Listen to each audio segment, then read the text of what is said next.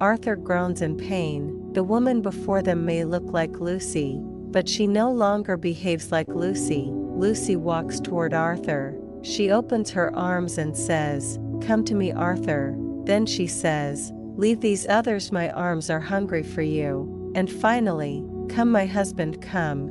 Her voice sounds beautiful and tempting. Even the others feel its power. Arthur seems hypnotized. He slowly opens his arms toward her.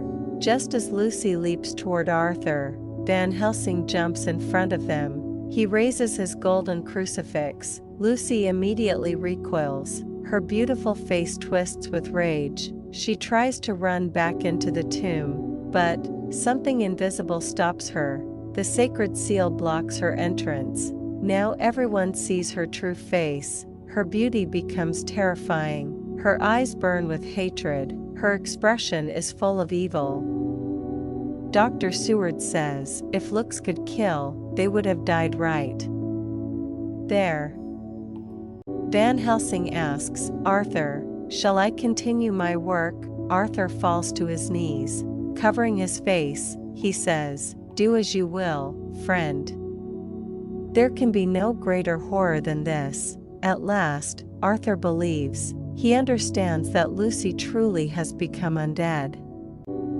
Van Helsing removes part of the sacred seal. To everyone's amazement, Lucy passes through the tiny opening and enters the tomb.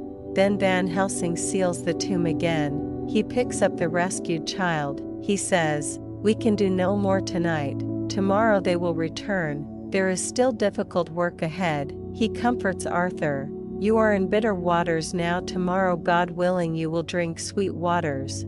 The men leave the child where the police can safely find him. Then they return home, exhausted and heartbroken. They finally sleep.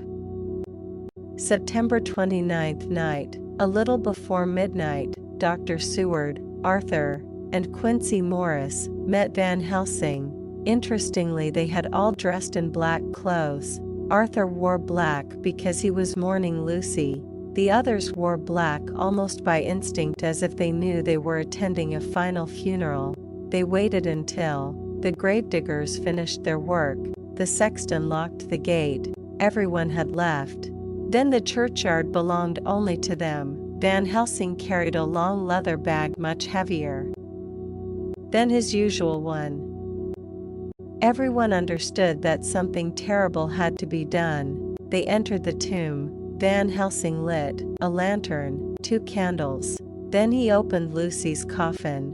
Inside lay Lucy. She looked beautiful in death, but Seward felt no love anymore. He only felt hatred toward the foul thing that had taken Lucy's shape. Arthur asked, "Is this really Lucy's body, or only a demon in her shape?" Van Helsing answered, "It is her body, and yet not it."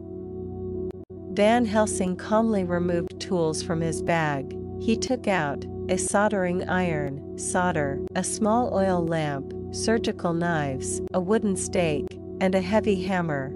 The wooden stake was about 3 feet long, sharpened at one end.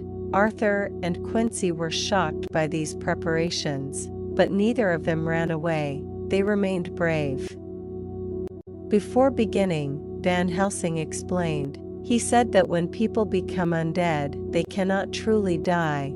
They continue forever. They create more victims. Their victims can also become undead. He compared it to ripples spreading across water after a stone is thrown.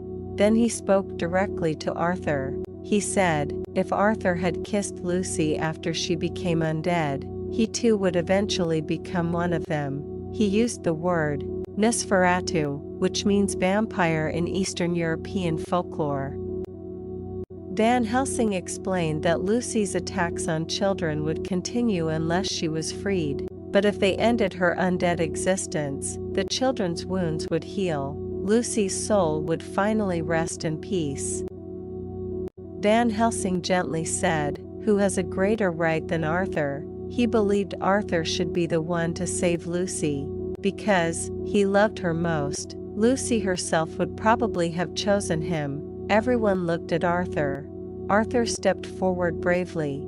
Although his hands trembled, his face was pale. He said, "Tell me what I must do, and I shall not falter." Van Helsing told Arthur, "Place the stake over her heart, then hold the hammer firmly." As Van Helsing read prayers for the dead, Arthur had to strike.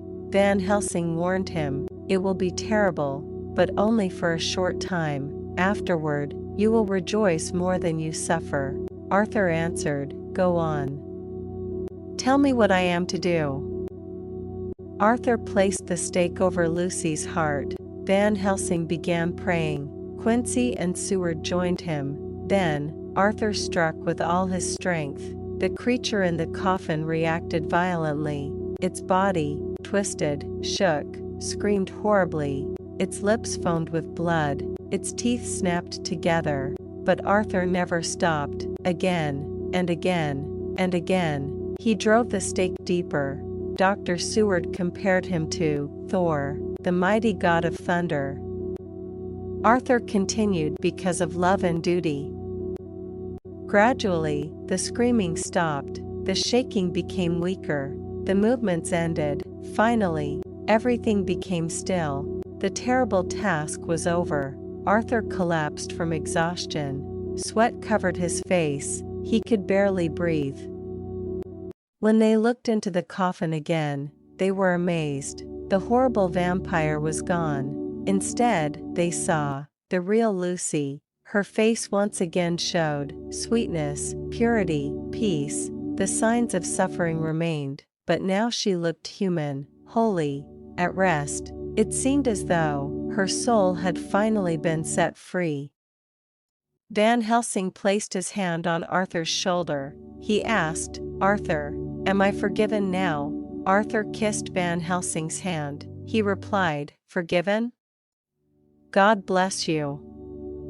You have given my dear one her soul again, and given me peace." Arthur wept silently. Then Van Helsing said, "Now you may kiss her, because she is God's true dead now."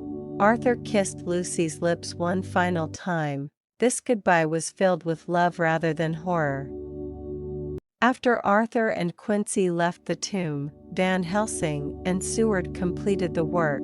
They cut off Lucy's head, filled her mouth with garlic, closed the coffin, sealed it, locked the tomb. Van Helsing handed the key to Arthur. Lucy could now rest forever. Outside, the birds were singing, the sun was shining, the air felt fresh, everyone felt peace. But Van Helsing reminded them, "Our work is not finished." He said, "We must find the author of all this sorrow." That author was Count Dracula. Van Helsing asked, "Will you help me until the bitter end?" One by one, Arthur, Quincy, Seward took his hand. Together they promised they would hunt Dracula.